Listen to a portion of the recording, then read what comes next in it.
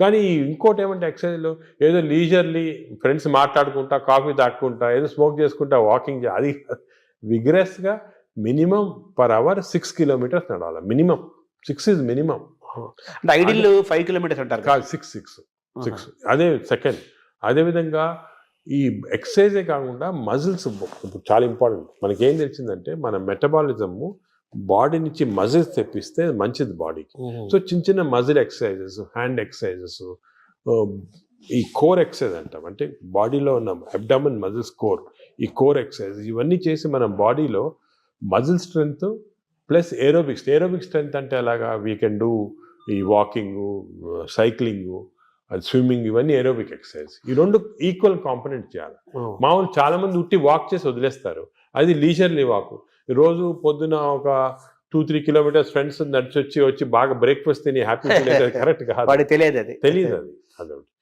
So we have to do the correct type of exercise. Morning ఎక్సర్సైజా, evening ఎక్సర్సైజా, ఎంత exercise చేయాలా, ఏ బాడీకి ఎక్సర్సైజ్ చేయాలా, abdomen central abdomen exercise, hands muscle, ఇవన్నీ కూడా కరెక్ట్గా అడ్వైస్ తీసుకొని చేయటం బెటర్. అంటే మామూలుగా కార్బోహైడ్రేట్స్, ప్రోటీను, మీటు ఇలా పర్ఫెక్ట్ సంపూర్ణమైన ఆహారం ఎలా ఇంపార్టెంటో మన ఎక్సర్సైజ్ ఫార్మేట్ ఎక్సర్సైజ్ ఎప్పుడు చేయాలి, ఏ ఎక్సర్సైజ్, అవి కూడా చాలా అది నెగ్లెక్ట్ చేస్తాం. వాకింగ్, ఏరోబిక్స్ ఇవన్నీ ఎక్సర్సైజ్ కాంబినేషన్ చేయాలి.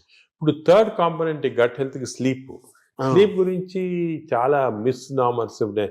అంటే చాలా మంది బిజీ వాళ్ళు, ఇప్పుడు నేను కూడా మొట్టమొదట ఇది కూడా మిస్టేక్స్ చేసేవాళ్ళము. టైం లేదని చెప్పి 4 గంటలు పండుకోవటం అలా చేసి కొంతవరకు ఈ బ్యాక్టీరియా చాలా important. They are very sensitive to sleep. Bacteria కూడా పండుకోవాలి కదా, రెస్ట్ ఇవ్వాలి కదా. మనం సపోజ్ మన బాడీ వర్క్ చేస్తుంది, దాని రెస్ట్ అవి ఇరిటేట్ అయిపోయి గుడ్ బ్యాక్టీరియా పోతాయి బాడీలో. అంటే ఎలాగంటే మన ఆర్గనైజేషన్ అవును, ఎంప్లాయీస్ ఉంటారు, మన ఎంప్లాయీస్కి రెస్ట్ ఇవ్వకుండా రాత్రి పగలు పని చేయండి అంటే మంచోళ్ళు వెళ్ళిపోయి చెడ్డోళ్ళు మిగులుతారు. డిసిప్లిన్ మధ్య ఫైట్ వచ్చి అలాగే బ్యాక్టీరియా కూడా సేమ్ ఒక ఫ్యాక్టరీ లాగా లోపల. లుక్ ఆఫ్టర్ స్లీప్ నార్మల్గా ఇండివిజువల్గా ఒకరికి 8 hours, కొంతమంది 6 hours, అలా డిఫరెంట్ రేంజ్. 6 to 8 hours అంటాము, 7 hours నార్మల్గా యావరేజ్. మరీ ఎక్కువ స్లీప్ 10 hours చేస్తే కూడా లోపల బద్ధకం వచ్చేస్తుంది, బ్యాక్టీరియా కూడా బద్ధకం వస్తుంది. ఎంత ఇవ్వాలి అంత ఇవ్వాలి, 7 to 8 hours. కానీ మోస్ట్ ఇంపార్టెంట్ ఏమంటే మనం మాడిఫై కూడా చేసుకోవచ్చు ఈ స్లీప్. కొన్ని ఎక్సర్సైజెస్ వల్ల 8 hours అవసరం ఉన్న స్లీప్ 4 hours సేమ్ స్ట్రెంగ్త్ రావచ్చు. అదేమంటే రెమ్, నాన్ రెమ్ స్లీప్ అంటారు. రెమ్ స్లీప్ ఇంపార్టెంట్ మనకి, ర్యాపిడ్ ఐ మూమెంట్ స్లీప్ అంటారు, గాఢ నిద్ర అంటారా. రెమ్ స్లీప్ అనేది మన నిద్రలో డ్రీమ్స్ వస్తాయి, అవన్నీ రెమ్ స్లీప్. ఈ రెమ్ స్లీప్ మనం if are able to condense to 4 hours we can get. ఇది కూడా ఒక టెక్నిక్, ట్రైనింగ్, అంటే ఇది ఒక సెపరేట్ సబ్జెక్ట్, చాలా టైం పడుతుంది. స్లీప్ హైజీన్ అంటారు కదా, sleep hygiene, sleep training, sleep technique ఇవన్నీ ఉన్నాయి. ఇవి కరెక్ట్గా మనం చేసుకోవచ్చు. 8 hours 7 hours స్లీప్ని 4 hours చేసుకొని. బట్ అది నార్మల్ వాళ్ళు చేయలేరు. మనం దీనికి ఒక టెక్నిక్, ప్రాక్టీస్. ఫర్ ఎగ్జాంపుల్ నేను I mastered it, I can go for 4 hours and get same amount of energy as 8 hours. కానీ మామూలుగా చేయటం చాలా కష్టం unless you practice that sleep hygiene. అంటే స్లీప్ చేతిలో మనం ఉన్నామా, స్లీప్ మన చేతిలో తెచ్చుకోవచ్చు. స్లీప్ మన చేతి తెచ్చుకోవచ్చు. చాలా వరకు నార్మల్ పబ్లిక్ స్లీప్ చేతిలో ఉన్నారు. సో అప్పుడు ఏం చేయాలి, suppose you don't have this technique and to do this, ఎందుకంటే ఇవన్నీ కూడా కొంత ప్రాక్టీస్ అవ్వాలి. లేదంటే మోస్ట్ ఇంపార్టెంట్ ప్రిన్సిపల్ ఏమంటే మీరు స్లీపింగ్ బిట్వీన్ 10 to 4, అంటే 6 hours ఉందనుకోండి, 10 to 4 చేయండి, లేకపోతే 10 to 6 చేయండి. అంటే 10 o'clock అర్లీ స్లీప్ అని. ఎందుకంటే నేచర్ కూడా ఎలాగంటే మనం ఎప్పుడు ఈ లైట్లు గీట్లు లేనప్పుడు సన్ రైజ్ లేసేవాళ్ళము, సన్ సెట్టింగ్ పండుకున్నాము పల్లెటూరు. సో సన్సెట్ నార్మల్గా 7 o'clock 8 o'clock అవుతుంది. So early sleep. Sunrise పొద్దున early morning 5 o'clock 6 o'clock. So ఆ sunrise sunset timing maintain చేస్తే కొంతవరకు న్యాచురల్ స్లీప్ చాలా హెల్తీ స్లీప్. అంటే బ్యాక్టీరియా కూడా చాలా సంతోషపడతాయి. అండ్ ఎవల్యూషన్ ఇది మిలియన్స్ ఆఫ్ ఇయర్స్ ఎప్పుడు వచ్చింది కాదు, కొన్ని మిలియన్స్ ఆఫ్ ఇయర్స్ ఎవల్యూషన్లో ఇలా తయారయ్యాం మనం. ఇప్పుడు ఈ గత 200-300 సంవత్సరాలుగా ఈ ఎలక్ట్రిసిటీ ఇవన్నీ రావడం జరిగింది. కానీ ఓల్డెన్ డేస్లో మనం చేసేది ఆ ప్యాటర్న్ ఫాలో అవుతుంది. So early bed, early getting up, rise అంటారు కదా, అది సామెత, మంచి కరెక్ట్ సామెత. అది మనకి చాలా మంది successful people have done that. ఇప్పుడు మనకి స్లీప్ టెక్నిక్, వర్కింగ్ స్టైల్ మారింది కదా సార్, మనకి మారింది కాబట్టి మనం ఈ కొత్త స్లీప్ ఎక్సర్సైజ్, స్లీప్ టెక్నిక్ చేసి కొంచెం మార్పు చేస్తున్నాం. ఫర్ ఎగ్జాంపుల్ నారాటోళ్ళు అర్లీ స్లీప్ పాసిబిలిటీ కాకపోతే I can modify this using these techniques and get the same effect. ఇది జనరల్ పబ్లిక్ చేయలేరు కదా. అంటే మెటాబాలిజం యాక్సెప్ట్ చేస్తుందా, అంటే మనం ట్రైన్ చేసుకోవచ్చు. స్లీప్ కూడా ట్రైనింగ్ ఉంది. అంటే మన ఎక్సర్సైజ్ ట్రైనింగ్, ఈటింగ్ ట్రైనింగ్ లాగా స్లీప్ లో కూడా ట్రైనింగ్ ఉంది. అంటే మన మైండ్ ట్రైనింగ్ ట్రైనింగ్ అది ఉంది, కానీ అది జనరల్ పబ్లిక్ చేయడం కష్టం. కానీ జనరల్ పబ్లిక్ దానికి మేము అడ్వైస్ చేస్తామంటే స్లీప్ అర్లీ, గెటప్ అర్లీ, ఆ టెక్నిక్ మరి. అప్పుడు దాని అదేవిధంగా ఈటింగ్ కూడా దానికే మేము ఇప్పుడు చాలా దీంట్లో కూడా చాలా అర్లీగా మీ లాస్ట్ డిన్నర్ 7 o'clock తర్వాత తినకూడదు.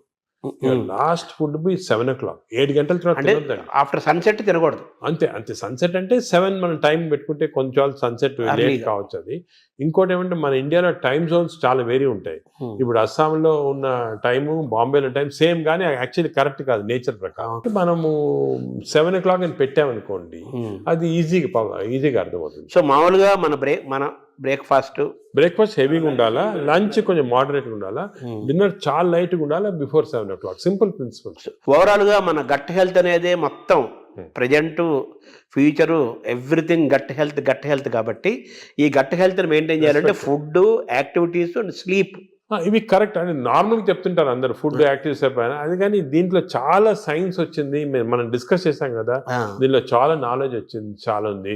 మనం ఒకప్పుడు ఈ sleep pattern, sleep hygiene, sleep ఎలా కంట్రోల్ అవన్నీ తర్వాత ఒక డిస్కషన్ పెట్టుకుంటాము. కానీ ఈచ్ ఏరియాలో ఫుడ్ లో ఇంత నాలెడ్జ్ ఉంది, ఎక్సర్సైజ్ లో ఈ టైప్ ఆఫ్ ఎక్సర్సైజ్ అందరికి తెలియదు. అందరంటే నిన్న చాలా మంది పేషెంట్స్ చేస్తున్నారు ఎక్సర్సైజ్.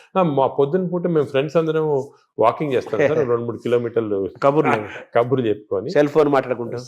అంటే మాట్లాడుకోవచ్చు, కబుర్లు చెప్పుకోవచ్చు. కానీ బ్రిస్క్ వాక్ 6 km/h అనేది కాన్సెప్ట్. అదే విధంగా మజిల్ బిల్డింగ్, మీకు కోర్ మజిల్స్ అన్ని, షోల్డర్ మజిల్స్, ఇవన్నీ కూడా కొంతవరకు బిల్డ్ చేయాలి. అది సబ్ టెక్స్ట్ అంటారు చూడండి, సబ్ టెక్స్ట్ అనేది ఉంది.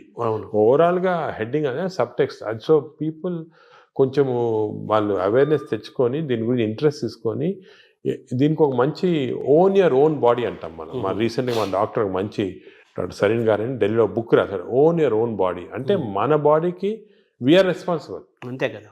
వేరే మీ డాక్టర్ బాగా చేస్తారు, లేకపోతే మా హెల్త్ బాడీ మంది కదా, అవన్నీ కరెక్ట్ కాదు. మన బాడీ మనం ఓన్ చేయాలి. ఇప్పుడు మనకి ఏదైనా ప్రెషియస్ వస్తువు ఉందనుకోండి ఇంట్లోనే, మనం ఎంత జాగ్రత్త చూసుకుంటాం దాన్ని, మనం బాడీని అంత జాగ్రత్త చూసుకోవటం లేదు. అది ఇన్నర్ ఇంజనీరింగ్ అంటారు కదా, మనలోకి మనం లోపలికి చూసుకుంటూ మనల్ని గమనించుకుంటూ మన శరీరాన్ని మనం ఓన్ చేసుకుంటూ మన హెల్త్ ని మనం డ్రైవ్ చేసి సింపుల్ ప్రిన్సిపల్స్ ఫాలో అయితే అంతే చాలా వరకు మనం బాడీ, మనం లైఫ్ స్పాన్ పెంచుకోవచ్చు హెల్తీగా. అంటే ఇంకోటి, ఇప్పుడు it is not question of life span, ఆ వర్డ్ తీస్తాం మన డిక్షనరీ.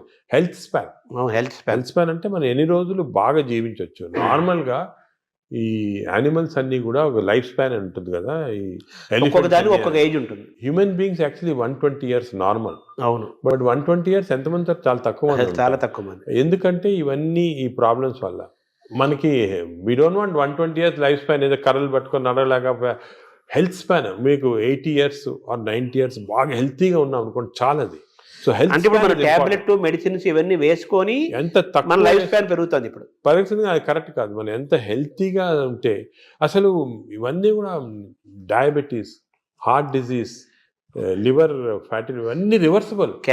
క్యాన్సర్ కొన్ని ప్రివెంటబుల్, క్యాన్సర్ రివర్సిబుల్ కాదు, ప్రివెంటబుల్. డయాబెటీస్, హెల్త్, హార్ట్, మన అన్ని వెజల్స్ బ్లాక్ అయిన తర్వాత we have seen by following certain principal you can reverse it. మీకు అవసరం లేదు. షుగర్ రివర్స్ చేయొచ్చు, హార్ట్ రివర్స్ చేయొచ్చు, లివర్ ఫ్యాట్, లివర్ కరెక్ట్.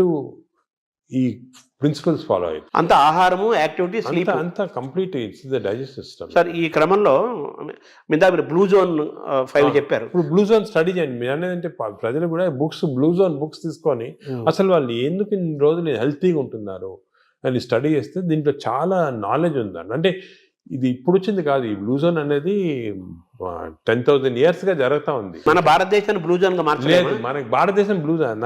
నాదేంటి, నేను చాలా మందికి ఈ పాలిటిక్స్ చెప్తుంటా, why can't we convert at least some part of India into blue zones? చేయొచ్చు. మన తెలుగు ప్రాంతాలను చేయొచ్చు. తెలుగు ప్రాంతాలు బ్లూ జోన్. అంటే ఈ బ్లూ జోన్ అంటే ఒకరిద్దరు పాటించింది కాదు, ఆ పాపులేషన్ అంతా పాటించాలి.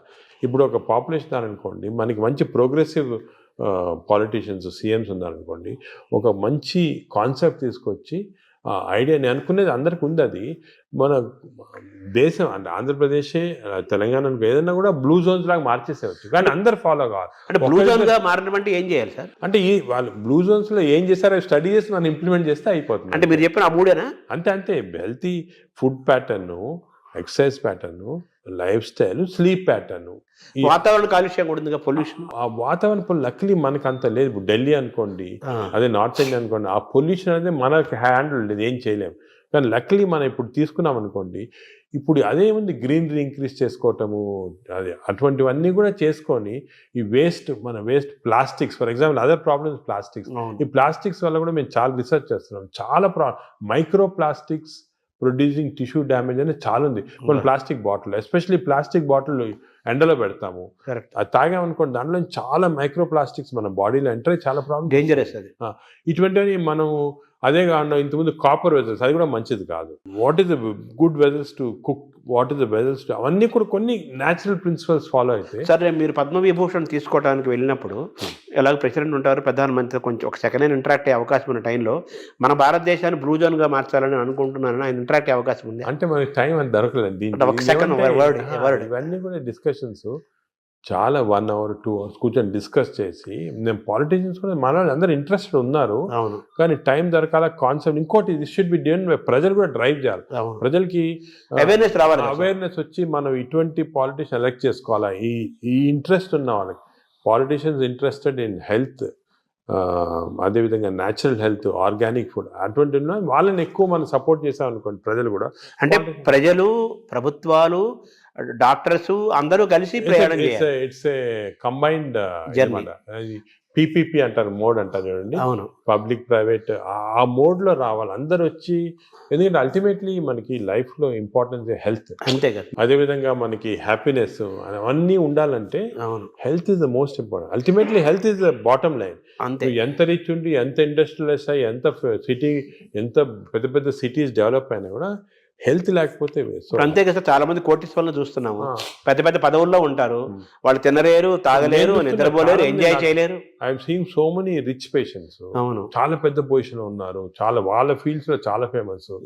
సింపుల్ హెల్త్ ఫాలో కాకుండా they have damage their body. వాళ్ళు ఇప్పుడు ఫీల్ అవుతుంటారు, ఈ నాలెడ్జ్ మనకి ఉండింటే 10 సంవత్సరాల క్రితం ఇలా ఉండేది కాదు. కానీ ఇప్పుడు నాలెడ్జ్ ఇస్ దేర్ కాబట్టి, మీరు ప్రెస్ కానీ, ఎలక్ట్రానిక్ మీడియా కానీ, డిజిటల్ మీడియా కానీ, పొలిటికల్గా కానీ, అన్నీ అందరం కలిసి, మా డాక్టర్స్ అందరం కలిసి, this knowledge we have to give to general public.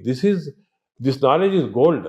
This time వాళ్ళు కూడా అనేది అంటే మనం ఈ ఒక్క సెషన్లో గంట సేపులో అన్ని చెప్పలేము.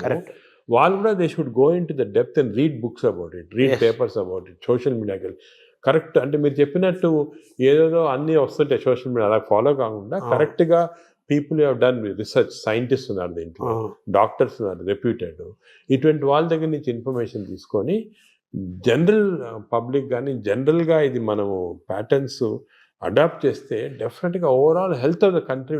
సార్, ఇందాక మీరు మాట్లాడుతూ స్టూల్ గురించి మాట్లాడారు సార్. భవిష్యత్ అంతా స్టూల్ టెస్టులు జరుగుతాయని, బ్లడ్ బ్యాంకు లాగా స్టూల్ బ్యాంకులు వస్తాయని. మంచి హెల్తీ పీపుల్ని స్టూల్ తీసుకుంటే that stool is different from unhealthy person.